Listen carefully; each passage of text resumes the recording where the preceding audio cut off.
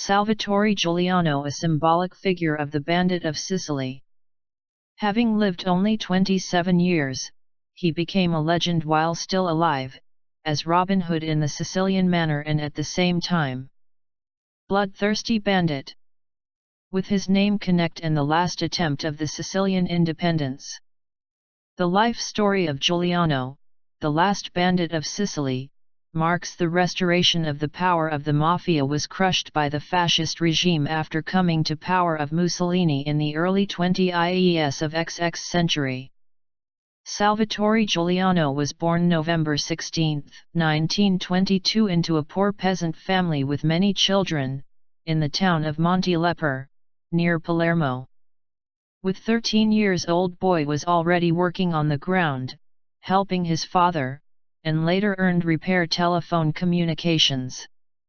From conscription into the Nazi army he was saved by landing Allied troops of the US and the UK to the island in 1943.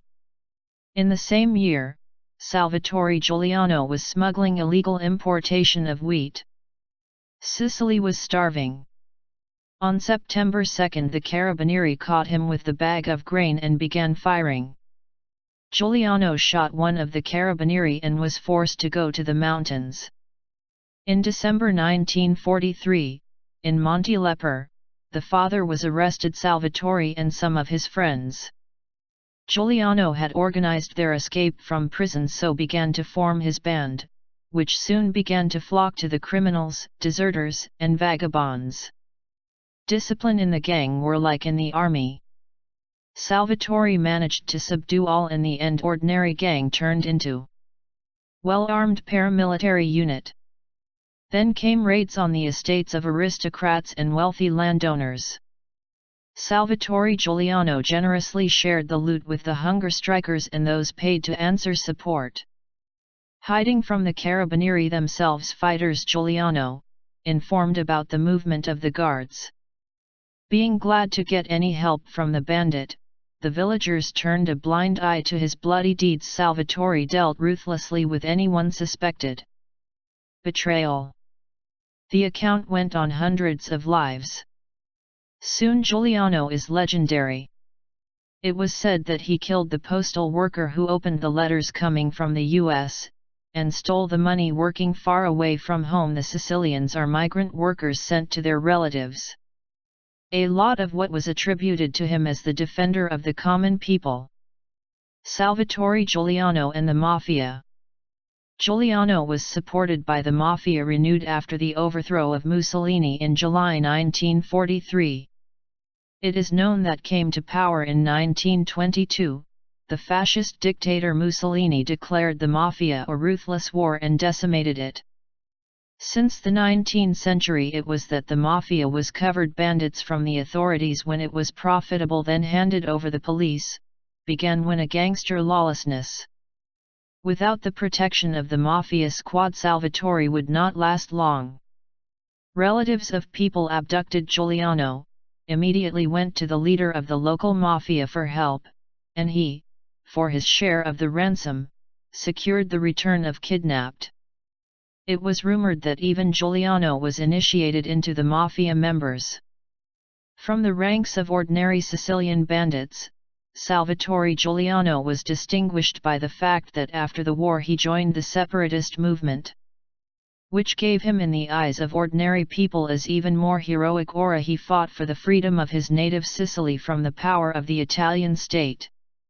However, nobody knew that Salvatore asked for their participation in the liberation of the motherland 10 million lire, and agreed to 1 million after trading with the separatist leaders. Waterbo himself the rank of colonel. At the same time he was involved in the raids, robberies and murders. Even Giuliano wrote passionate patriotic songs and political appeals. When Salvatore was organized the election to power in Montelepre, right people, was arrested his mother and sister. And he openly threatened the kidnapping of Christian Democrat Bernardo Macerli, demanding the release of relatives.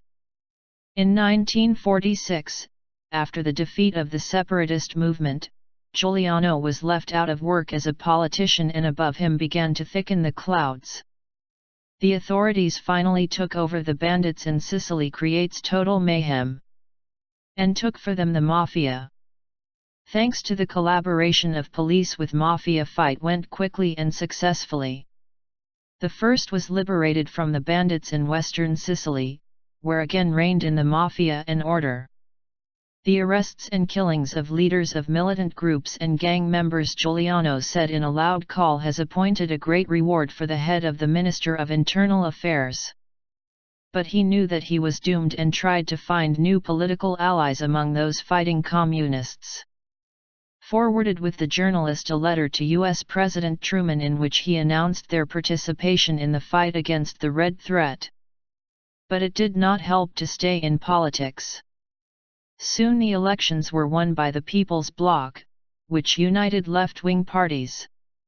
And then Giuliano tore off the mask of the people's benefactor.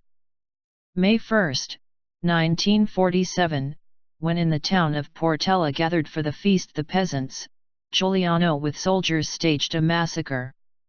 11 people were killed, among whom were children.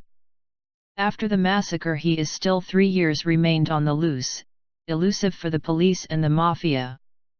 Although the newspapers always had pictures of this handsome guy with Hollywood looks, Giuliano continued hunting activists of the peasant movement. He started the war with the Mafia and killing in the summer of 1948. Years 5 Mafia. Then signed his own final judgment. The investigation about the shooting in Portella was slow, although Giuliano has claimed responsibility for the death of people. It is true, declared that to kill anyone they did not want was a tragic mistake. The death of Salvatore Giuliano. In the summer of 1950 began the trial of accomplices Giuliano, while he was still on the loose. The ending was unexpected. July 5. Bloody corpse of Salvatore Giuliano was found in the yard of one of houses in the town of Castelvetrano. According to the official version, Giuliano was killed in a shootout with police. For the reporter's version, shot him asleep in bed the cousin and deputy of Gaspare Pistoiata, the Carabinieri, and then moved the corpse to the courtyard, enabling journalists to photograph him. The papers unearthed that Giuliano was killed before the arrest. Too many influential people were behind him and his crimes. However, although the bandits Giuliano in court and testified that the leader was in conjunction with senior politicians and police officers, the court came to the conclusion that the gang operated by itself. It was so convenient to all the powers that be. For over half a century, researchers are trying to discover the mystery of the death of Salvatore Giuliano, whom he has known and kept only Gaspare Pistoiata. In court, he pointedly said, "We are one, bandits, police, and Mafia like the Father, the Son and the Holy Spirit." Pistoiata was sentenced for armed robbery to life imprisonment and wrote in the prison autobiography. To the second conviction in the murder of Giuliano, he did not live. On the morning of February 9, 1954, he got a cup of coffee and habitually poured out a cup of powder, a cure for tuberculosis. But it turned out that it was poison. Gaspare Pistoiata had died in terrible agony and took his secret to the grave. The mystery of the death of Salvatore Giuliano. After over half a century had disturbed the ashes of Salvatore Giuliano.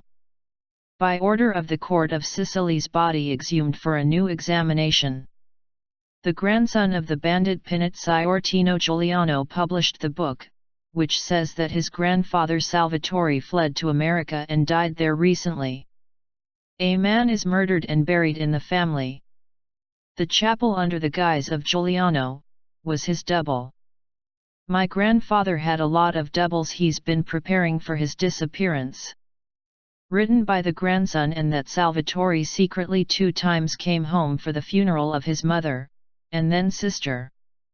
This all coincided with the years of doubt. Journalists and forensic doctors, so they filed an appeal to the prosecutor about the exhumation and re-examination of the body. Besides, according to forensics, post-mortem photos of Giuliano was a lot of inconsistencies with the original. Despite the remoteness of the burial, the coroner had hoped to distinguish from skeletal remains DNA to create a genetic profile, and then by comparison with the DNA of relatives of Salvatore Giuliano to establish whether he was buried. Modern technologies allow to do it with an accuracy of up to 99%. The research results are still not published. So maybe we are still waiting for the sensation that Salvatore managed to fool everyone and live to a ripe old age.